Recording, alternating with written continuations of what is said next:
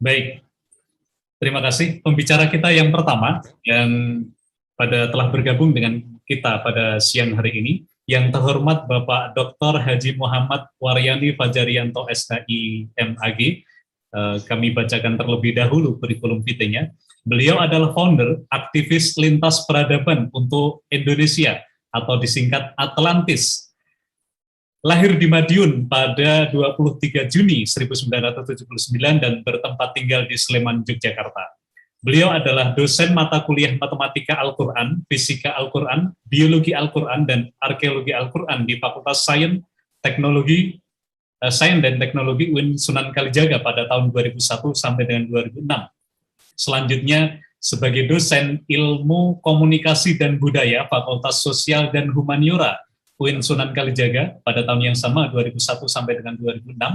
Kemudian dosen Fakultas Syariah dan Ekonomi Islam Institut Agama Islam Negeri Pekalongan pada tahun 2006 sampai 2019. Selanjutnya sebagai Kepala Sub Bidang Lembaga Keagamaan Pusat Kerukunan Umat Beragama Sekretaris Jenderal Kementerian Agama Republik Indonesia pada tahun 2019 sampai 2021.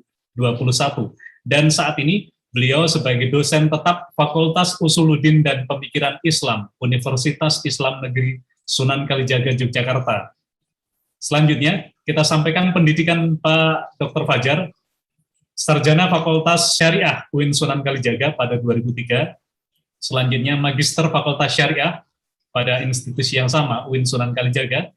Selanjutnya, Doktor Studi Islam Pasca Sarjana UIN Sunan Kalijaga 2011, Studi Tafsir di Universitas Al-Azhar Kairo, Mesir 2007. Dan mendapatkan penghargaan sebagai penulis 1101 buku-buku keislaman dari Menteri Agama Republik Indonesia pada tahun 2014 dan telah melakukan riset dan studi keislaman di berbagai negara, yaitu di Mesir 2007, Malaysia, Singapura, Korea Selatan, Jepang, Cekoslowakia, Australia, Belanda, Amerika Serikat, Belgia, dan Perancis, serta di Mekah tahun 2020. Baiklah, untuk mempersingkat waktu, kita harapkan kepada beliau untuk menyampaikan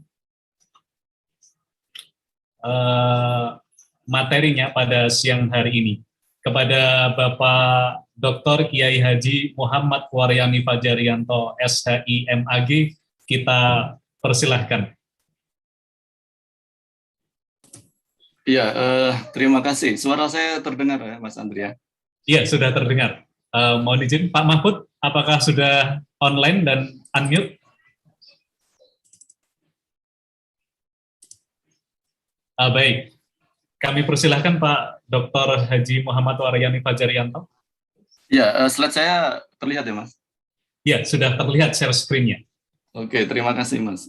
Nanti mohon 5 menit sebelum waktunya selesai, saya diinfo langsung secara verbal ya, agar saya bisa mengukur mana yang harus saya sampaikan. Terima kasih.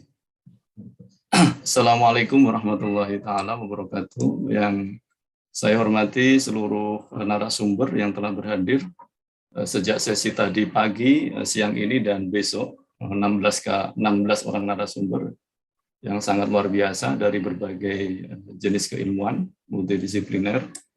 Kemudian yang saya hormati panitia yang sangat luar biasa mempersiapkan persiapan ini tadi sudah kita saksikan bersama betapa sangat luar biasanya acara pembukaan ya. Kemudian para pemirsa yang hadir secara langsung ataupun tidak langsung. Saya dalam kesempatan ini akan menyampaikan tema ini ya. Jadi saya coba memandang dari sisi agama ya. Sisi agama dalam hal ini studi Al-Quran ya. Karena tadi kita sudah menyampaikan dari berbagai sudut pandang, dari sudut pandang budaya, dari sudut pandang sains begitu. Saya coba akan masuk di wilayah ini. Maka saya akan mengkaji meteorit dalam arkeologi Al-Qurannya. Kenapa ini menjadi objek yang harus saya sampaikan? Karena kita pada siang hari ini hadir di acara artefak meteorit. Jadi sebenarnya meteorit itu apa sih gitu dalam pandangan kitab suci. Namun untuk masuk ke situ, saya coba menggunakan pintu masuk teori Atlantis ya. Saya kira pembicara sebelumnya sudah menyampaikan tentang metalurgi dan Atlantis, agar nanti nyambung ya, connect dengan apa yang saya sampaikan pada pertemuan kedua ini. Saya coba akan memetakan, jadi pemetaan karya-karya Atlantis anak bangsa itu di mana posisinya gitu ya, karena saya kira itu berceceran dan kita harus puzzling jadi satu wajah Nusantara begitu. Maka di situ anak judulnya dari Atlantis Plato hingga artefak meteorit Indonesia ya. Jadi agar nyambung antara teori Atlantis dengan meteorit. Kalau tidak nyambung kan nanti sukar kita menemukan titik integrasinya.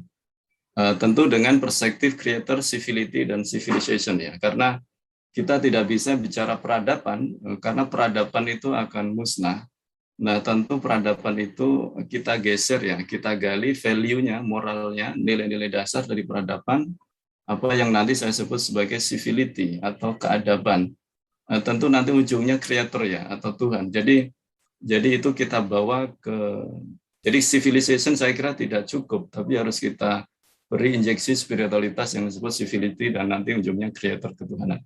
Nah, dalam satu dasawarsa itu karena saya coba akan menampilkan selama 10 tahun ya, tahun 2010 sampai 2020, karya-karya anak bangsa tentang Atlantis. Nah, itu karena saya kira karya besar Santos itu memicu teman-teman Indonesia untuk membuat buku-buku tentang Atlantis dan apa yang telah kami lakukan riset Atlantis di Karangsambung itu. Jadi barangkali juga teman-teman belum semuanya mengetahui karya-karya anak bangsa tentang Atlantis dan nanti kita letakkan karya-karya itu di mana gitu dalam belantara peradaban Nusantara yang agung ini. Jadi ini basis filosofi ya, karena saya mengajari filsafat di Fakultas Usuluddin dan Studi Quran. Saya kira ini basis filosofi yang harus kita pegang dulu agar kita sepakat bahwa kita tidak cukup hanya bicara civilization ya atau peradaban. Nah, peradaban atau civilization itu harus mampu kita ambil nilai spiritualnya yang itu bisa dipakai kapan saja. Itu yang saya sebut sebagai keadaban. Maka civilization itu harus kita ambil ruhnya sehingga bisa menjadi modal kita bermasyarakat, berteknologi yang disebut civility.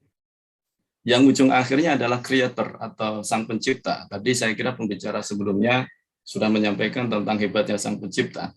Nah, saya kira ini alam pikir yang harus kita dudukkan dulu agar kita tidak mati-matian di civilization ini ya, karena hidup kita semua akan berakhir dan semua akan kembali kepada Tuhan dan artefak-artefak tidak kita bawa mati sehingga kita ambil nilai dasarnya, kita geser sedikit menjadi civility dan semoga berjumpa dengan Sang Pencipta. Nah, terkait hal ini, maka artefak meteorit itu mempunyai dua dimensi. Nanti saya lebih detail di dalam perspektif Quran ya.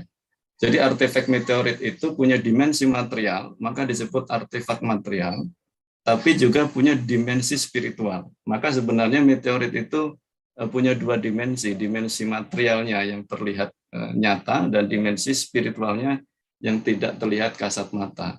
Nah, apa dimensi spiritual dari meteorit? Nanti dalam pandangan kitab Quran, meteorit itu sebenarnya panah malaikat yang dipakai untuk memanah setan ya. Nanti saya akan cerita panjang itu. Bahwa nanti dalam keterangan kitab suci sebenarnya meteorit itu panah yang dilesatkan oleh malaikat untuk memburu setan karena akan mengambil berita, mencuri berita langit ya. Maka betul tadi yang disampaikan oleh beberapa narasumber bahwa meteorit itu punya dua dimensi. Jadi dimensi langit dan dimensi bumi. Nah, begitu maka kenapa barang ini begitu sangat luar biasa begitu. Nanti saya akan lebih cerita lebih detail tentang itu.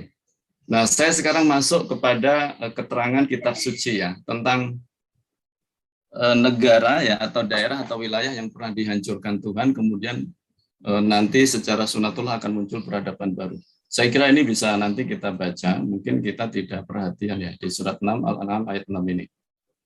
Apakah mereka tidak memperhatikan berapa banyak generasi yang telah kami binasakan, padahal generasi itu dulu kami teguhkan. Kami teguhkan itu artinya generasi yang diberi kedikdayaan luar biasa. Nah, di bumi ya,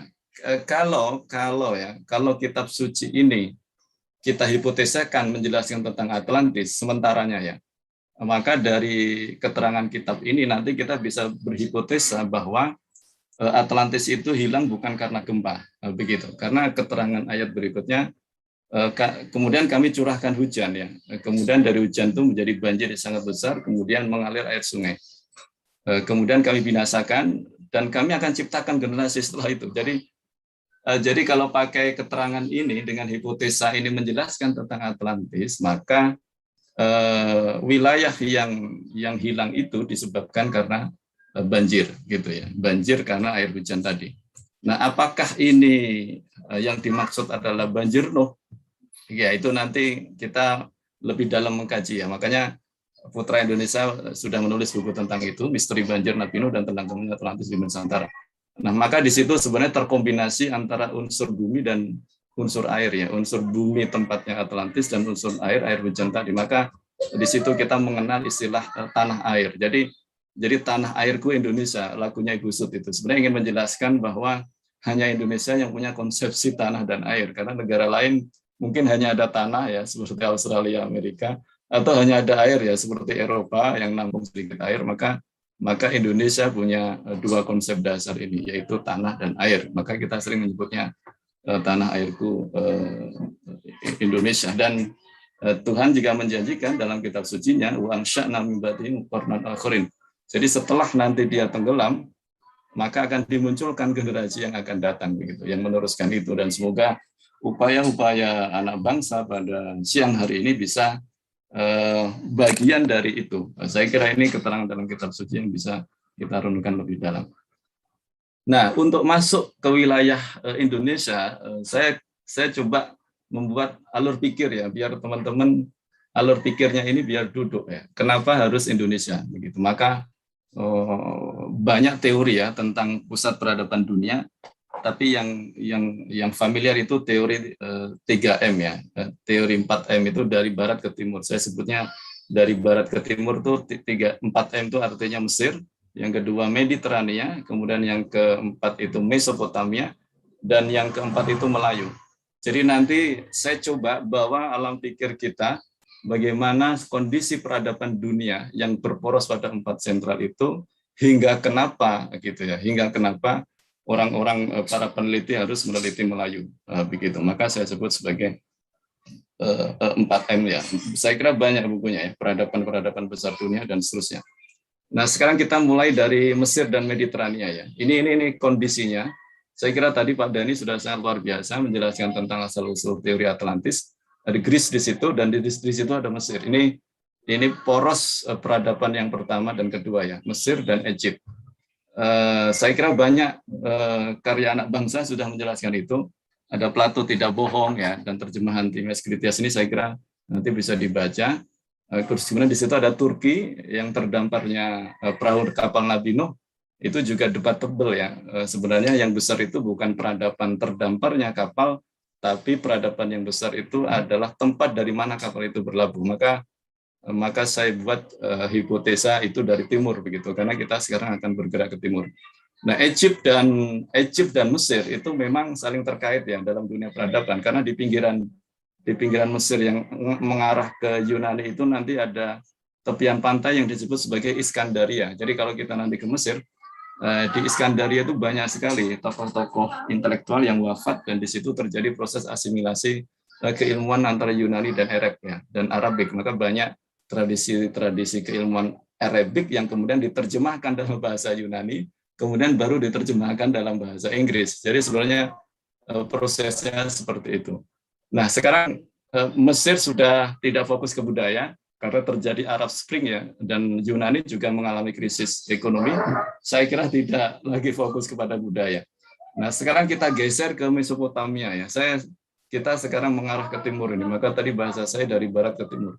Nah, begitu mengarah ke Mesopotamia, mengarah ke timur, itu nanti terlihat bagaimana posisi Syria, ya, Irak, Iran, yang terakhir ini Afghanistan dan seterusnya. Saya kira itu secara kebudayaan juga sudah luluh lantak ya dengan politik dan seterusnya ya, khususnya Irak dan Syria. Nah, tentu kita juga kesulitan mencari narasumber peradaban Mesopotamia yang dalam sejarahnya yang disebut sebagai The Persian Empire atau Kerajaan Besar Persia. Jadi mulai dari Libya sampai batas India. Nah, itu saya kira sumber yang kedua yang disebut peradaban besar Mesopotamia. Nah, sekarang kita geser ke timur. Nah, masuklah kita sekarang ke Melayu ini. Maka sebenarnya ada teori besar ya, ada teori jalur sutra dan ada teori Atlantis. Jadi kalau kita pakai teori jalur sutra, maka kita akan mengarah ke Cina. Maka dulu di Arab Saudi, Nabi Muhammad sudah mengatakan utlul ilma walau bisin, carilah ilmu sampai ke negeri Cina. Nah, itu yang tidak menjadi konsentrasi kita. Nah, konsentrasi kita pada siang hari ini jalur yang kedua yang kemudian masuk ke Indonesia ini melalui India. Nah, ini saya kira alam pikir ini harus kita dudukkan dulu ya agar kita tidak tiba-tiba Nusantara gitu. Nah, kenapa harus Nusantara? Begitu, karena Greece dan Egypt sudah terjadi konflik luar biasa, Arab Spring, kemudian Mesopotamia apalagi terjadi perang. Nah, saya kira Indonesia yang memang negara yang sangat potensi ya untuk dikembangkan budayanya, untuk diteliti karena di sini negara yang relatif aman untuk semuanya begitu. Nah, sekarang diskusi-diskusi apa atau karya-karya ilmiah apa yang pernah menjelaskan tentang Indonesia peradaban poros dunia ini? Saya kira banyak ya, nanti saya sampaikan sebelum saya bicara tentang teori. Pada tahun 59 itu ada sebuah majalah ya yang memiliki headline Pulau Jawa Reruntuhan Pulau Atlantis yang tenggelam. Jauh sebelum karya Santos itu muncul ya. Karya Santos itu kalau tidak salah tahun 1997 ya, yang kemudian diterjemahkan ke bahasa Indonesia tahun 2009-2010. Namun tahun 59 itu sebenarnya sudah ada informasi tentang Atlantis ya, tapi hilang informasi itu, muncul kemudian oleh Santos ya, tentu ini banyak prediksi kenapa gitu. Tapi artinya sejak lama sebenarnya kaum akademisi sudah bercerita, sudah menulis, sudah meneliti tentang Atlantis. Memang saat itu disebutnya Pulau Jawa. Tapi Jawa di sini bukan Jawa secara teritorial ya, bukan Jawa Timur, Jawa Barat, Jawa Tengah. Tapi sebenarnya Jawa dalam arti dawa. Dawa itu artinya panjang. Jadi Pulau Jawa itu artinya pulau yang memanjang jadi satu.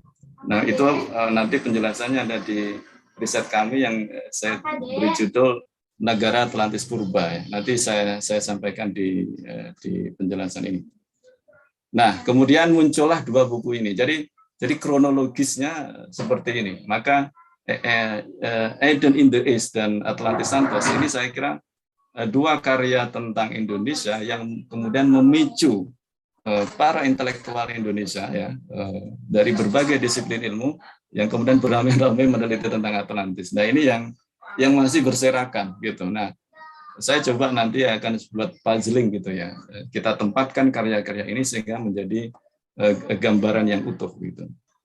Nah, tadi Pak Dhani sangat luar biasa ya menjelaskan tentang Atlantis. Saya tidak meneliti Atlantis ya, tapi saya coba meletakkan karya-karya tentang Atlantis anak bangsa itu seperti apa gitu. Karena ini saya kira perlu dirawat dan diruat ya. Kalau hanya dirawat ya dari sisi tidak dimakan rayap, tapi kalau diruat itu artinya ilmunya itu kita ambil gitu. Jadi Eden in the East ya yang ditulis Oppenheimer itu sebenarnya sudah memberikan indikasi, memberikan tesis bahwa pusat peradaban itu Asia Tenggara gitu. Jadi sudah mengarah dari barat ke timur, tapi belum merujuk to the point Indonesia. Nah, kemudian karya Eden in the East ini diperkuat oleh Santos. Kalau Santos tidak lagi bicara Asia Tenggara, tapi langsung to the point Indonesia ya dengan istilah Sundaland dan seterusnya. Artinya dua karya ini sebenarnya saling menopang. Nah, putra bangsa, anak bangsa, kaum intelektual kemudian mengeksplorasi penelitian-penelitian itu. Maka salah satu yang perlu kita kedepankan di sini risetnya Pak Dhani tentang Atlantis, kota yang hilang di luar Jawa. Artinya itu sudah mulai difokuskan, tidak lagi bicara Sundaland, tapi sudah bicara Laut Jawa, gitu. Jadi kita sebenarnya sudah mulai difokuskan, tidak lagi Asia Tenggara, tidak lagi Sundaland tapi sudah Laut Jawa. Nah, maka kemudian Laut Jawa bagian mana begitu? Di Bawean gitu ya. Maka saya baca jadi sudah difokuskan di Bawean. Jadi Bawean itu pulau kecil di antara Jawa dan Kalimantan. Tadi sudah dieksplorasi oleh Pak Dhani, sangat luar biasa. Nah, seandainya begitu ya, seandainya artefak-artefak meteorit yang dipamerkan di Jember itu berasal dari Laut Jawa di sekitar Bawean, maka itu sebenarnya memperkokoh gitu ya, memperkuat tesis yang mengatakan Atlantis itu di Laut Jawa. Saya kira itu. Maka perlu dicek sebenarnya asal usul artefak itu dari mana begitu. Karena kalau kita tidak tahu asal usulnya, kita tidak pernah tahu dari mana pusat peradaban itu muncul. Tentu bukan di Jember ya, karena Jember itu hanya tempat penyimpanan, tapi asal usulnya harus kita cek betul. Dan saya meyakini itu tidak di darat ya, tapi di laut. Nanti saya punya hipotesanya begitu. Nah, berbeda dengan penelitian beliau tentang Atlantis, pada tahun 2010 kami dengan tim yang disebut sebagai aktivis lintas peradaban untuk Indonesia meneliti tentang Kebumen ya, dalam hal ini Karangsambung. Maka di situ saya buat garis ke Karangsambung ya. Jadi itu bedanya. Jadi kami meneliti Atlantis dalam perspektif geologi di Karangsambung yang disebut sebagai bumi terbalik itu. Kemudian beliau meneliti tentang Baweannya. Ini saya kira nanti perlu kita lacak lebih dalam keterkaitan antara Karangsambung dan Pulau Bawean ini. Nah, tahun 2010 kemudian kami melahirkan buku ini. Ini buku yang kami beri judul Nagara Atlantis Purba. Jadi tapi spesifikasinya di Karangsambung ya. Nanti kita bisa diskusi tersendiri terkait ini. Nah, kira-kira matriknya kemudian ini ya. Saya coba memposisikan karya kami dengan apa yang sudah dilakukan oleh orang lain. Di Bawean ada riset arkeologi dan hidrologi. Di Karangsambung kami menggunakan pendekatan geologi. Nah, dari Karangsambung ke Jember, begitu. Jadi zigzag perjalanannya. Karena kita harus meletakkan artefak meteorit ini dalam kronologi panjang cerita Atlantis itu yang saya maksud ya. Jadi dari Plato, kemudian bergeser ke Mesopotamia, kemudian bergeser ke dari Mesir, kemudian dari Mediterania, kemudian bergeser ke Mesopotamia, kemudian ke Asia Tenggara, ke Sundaland, ke Indonesia, ke Bawean. Kemudian kami melakukan riset di Karangsambung. Nah, saat ini kita mengadakan acara di Jember. Jadi kronologi cerita-cerita ini harus kita kaitkan, karena kalau tidak nanti terlepas gitu. Tidak ada kaitan antara artefak dengan sejarah Atlantis. Nah, saya kira tidak selalu pendekatan geologi dan hidrologi ya ketika kita mengkaji tentang Atlantis. Ada satu pendekatan lagi yang juga sangat luar biasa yang saya sebut sebagai candi-candi Atlantis. Maka penelitian tentang candi itu juga membackup tentang Atlantis sebenarnya. Dan saya kira banyak candi di Jawa. Nah, salah satu yang menarik penelitian tentang candi sebagai informasi tentang Atlantis itu Indonesia, salah satunya dilakukan oleh Yayasan Turangga-Seta ini ya. Karena ini nanti bisa dibaca sendiri, karena secara spesifik dalam riset ini beliau menyebut Arisus Santos ya, bahwa Santos itu sudah melakukan penelitian sedemikian rupa. Kita sebagai anak bangsa mau berbuat apa begitu? Apakah diam saja melanjutkan risetnya Santos atau melakukan sesuatu? Ini saya kira kritik untuk kita bersama ya. Tentu kita sebagai anak bangsa melanjutkan riset itu. Nah, berdasarkan hipotesa-hipotesa tadi, maka kemudian banyak sekali karya anak bangsa untuk menjelaskan itu. Maka tidak berlebihan kiranya ketika kita mengatakan Nusantara adalah titik peradaban manusia. Saya kira banyak karya-karyanya ya tentang pemaritim, tentang perahu maritim dan seterusnya. Nah, ini beberapa karya yang bisa nanti bisa melengkapi ya, Nabi Adam dan peradaban Nusantara, misteri Nabi Nuh dan telah menyatu Nusantara. Jadi sekarang kajian Atlantis sudah bergeser ya, dari yang saintis saja sekarang sudah mencoba dikaitkan dengan agama. Karena ketika bicara Nabi Adam, itu kan imajinasi kita Timur Tengah ya. Padahal Nabi itu jumlahnya 124.000, Nabi 313 Rasul. Nah, saya akan cerita Nabi siapa yang memiliki keahlian metalurgi itu. Saya kira ini juga luar biasa, nanti bisa kita baca peradaban Atlantis Nusantara. Ini juga bagian dari karya anak bangsa untuk membackup riset tentang Atlantis. Nah, saya kira ini yang mungkin paling kontroversi ya. Saya pernah berjumpa beliau, Pak Fahmi Basya, ketika mengatakan Indonesia negeri Sabak, Borobudur, peninggalan Nabi Sulaiman. Tapi it's okay ya, kita tidak setuju atau tidak, tapi dibaca sebagai dokumen intelektual. Nah ini tadi yang kita diskusikan, situs Gunung Padang, ini juga bagian dari karya-karya anak bangsa untuk menjelaskan riset tentang Atlantis.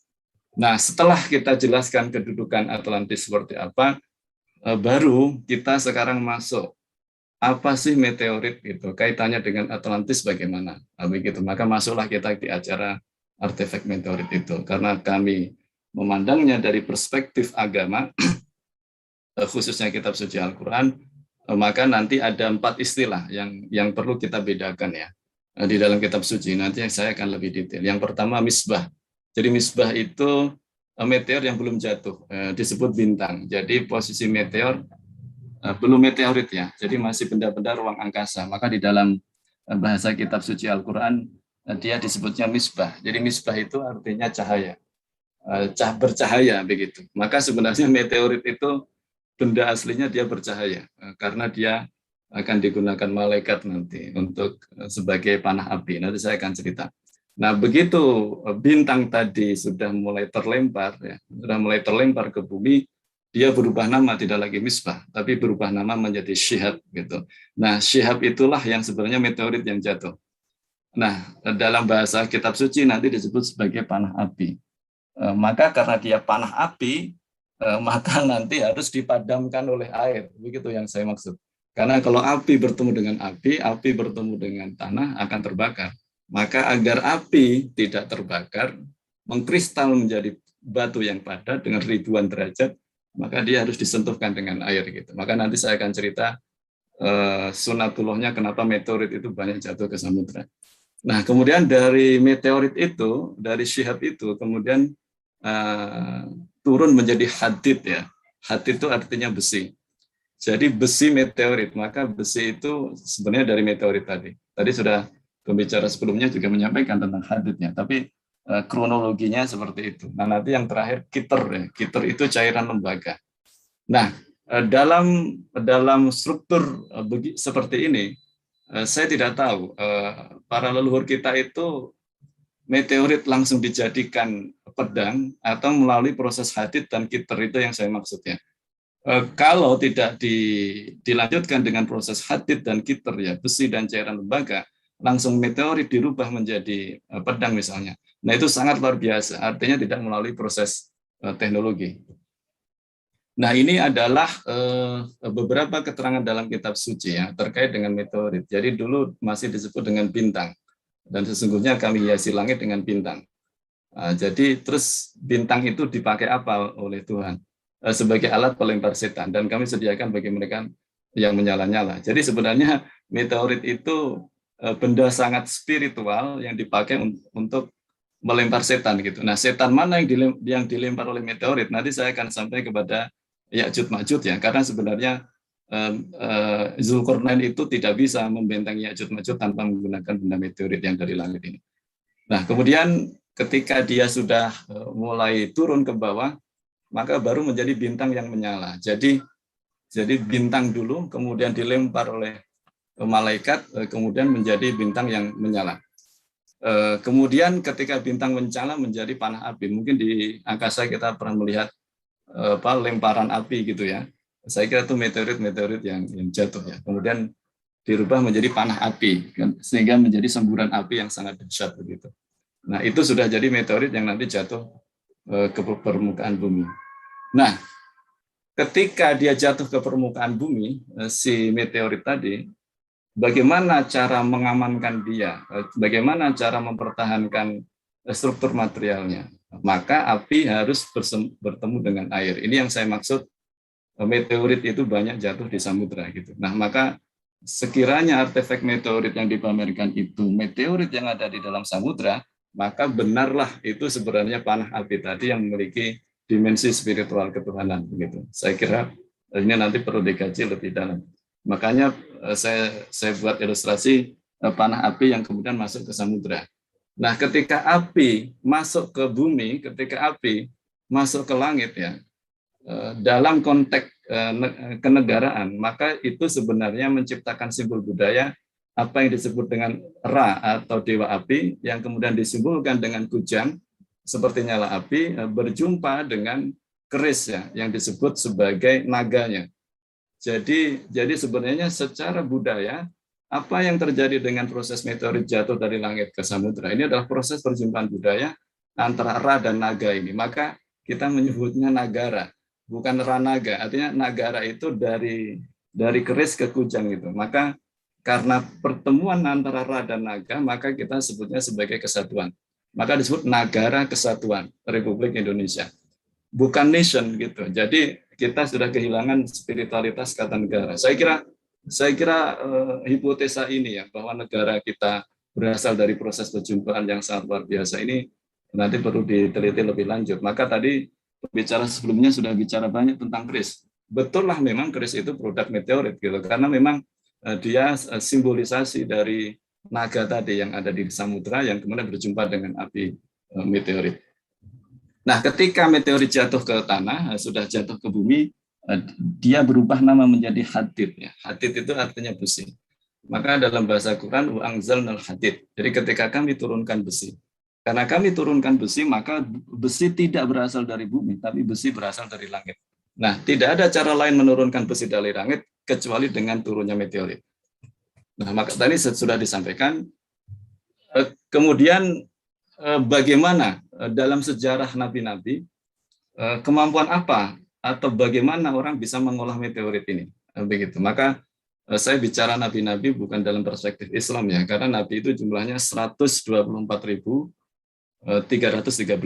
Nah, yang 25 nabi dalam kitab suci Quran itu yang kita ketahui, yang tidak kita ketahui jauh lebih banyak dari itu. Karena boleh jadi 124.000 nabi 313 itu juga ada yang di Nusantara gitu. Artinya tidak hanya hegemoni Arabik begitu. Nah, salah satu kitab suci sudah menjelaskan tentang kemampuan Nabi Daud ya. Jadi Nabi Daud yang mampu melunakkan besi. Artinya besi yang dari meteor tadi. Jadi ilmu apa yang dipunya Nabi Daud sehingga bisa melunakkan besi ini?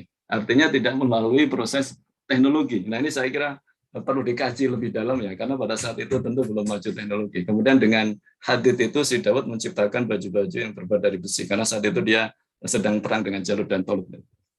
Nah, kemudian yang dilakukan berikutnya oleh si Daud ya, dikembangkan teknologi meteorit itu oleh putranya yang disebut Nabi Sulaiman. Jadi Nabi Daud punya putra, salah satu putranya Nabi Sulaiman yang juga jadi nabi. Dan Sulaiman kemudian melanjutkan teknologi meteorit yang dilakukan oleh Daud itu. Maka Sulaiman kemudian menciptakan kerajaan yang sangat luar biasa, tinggi-tinggi menjulang, periuk-periuk yang besar-besar yang diceritakan dalam kitab suci ya, watamasil wajifanin kaljawati wat kuturi rosyad. Jadi membuat patung-patung yang besar-besar ya, kolam periuk yang besar-besar, teknologi yang diwarisi dari bapaknya yaitu Daud tadi. Hanya bedanya kalau Daud menciptakan meteorit langsung menjadi benda senjata tanpa melalui proses teknologi, kalau Sulaiman menggunakan proses teknologi itu. Maka di surat Saba ayat 14 diceritakan kewafatan Sulaiman saat itu sedang memegang tongkat, kemudian tongkatnya dimakan rayap gitu, baru ketahuan tongkatnya jatuh rapuh, maka ketahuanlah Sulaiman sudah wafat. Maka di situ yang bisa saya baca keterkaitan ya antara teknologi meteorit dengan tongkat tadi gitu. Makanya banyak nanti kita temukan meteorit yang ditemukan di Indonesia itu yang modelnya tongkat begitu. Nah, setelah Sulaiman, kemudian teknologi meteorit itu siapa yang mengembangkan gitu. Nah, di dalam kitab suci nanti ada satu tokoh yang disebut sebagai Zulkarnain. Jadi teknologi meteorit itu kemudian dibawa kemana-mana, dikembangkan oleh kemana-mana oleh yang disebut Zulkarnain ini. Jadi Zulkarnain ini berjalan dari timur ke barat, membuat potongan-potongan besi yang dipakai untuk membentengi Ya'juj Ma'juj. Karena asal-usul meteorit tadi itu dari panah malaikat sebagai panah api untuk memanah setan, maka itu kemudian dipakai bahan dasar oleh Zulkarnain untuk membentengi Ya'juj Ma'juj begitu. Maka di situ korelasinya bahwa betul-betul meteorit itu bernuansa sangat-sangat spiritual. Nah, nanti saya kira banyak ya kajian tentang Zulkarnain ya, tapi dalam kitab Tambu Padang nanti disebutkan Raja Zulkarnain punya 3 anak, Maharaja Alif, Maharaja Dipang, Maharaja Diraja. Nah, Maharaja Diraja itulah yang kemudian nanti menjadi salah satu raja di Nusantara. Ya. Bukan mengatakan Zulkarnain dari Nusantara, tapi bahwa ada korelasi antara Zulkarnain dengan Nusantara. Saya kira itu singkatnya. Nanti kita bisa lanjutkan dengan sesi tanya jawab. Terakhir saya tutup bahwa pertemuan ini tidak lagi berpikir aku dan kamu ya. Jawa dan Sunda, Jawa dan Padang, Jawa dan Bali, Jawa dan Batak, tidak. Tapi kita. Jadi alam pikirnya bukan aku dan kamu, tapi kita Indonesia. Maka siapa kita Indonesia, Indonesia tangguh dan Indonesia tumbuh. Terima kasih. Billahi taufiq wal hidayah. Assalamualaikum warahmatullahi taala wabarakatuh.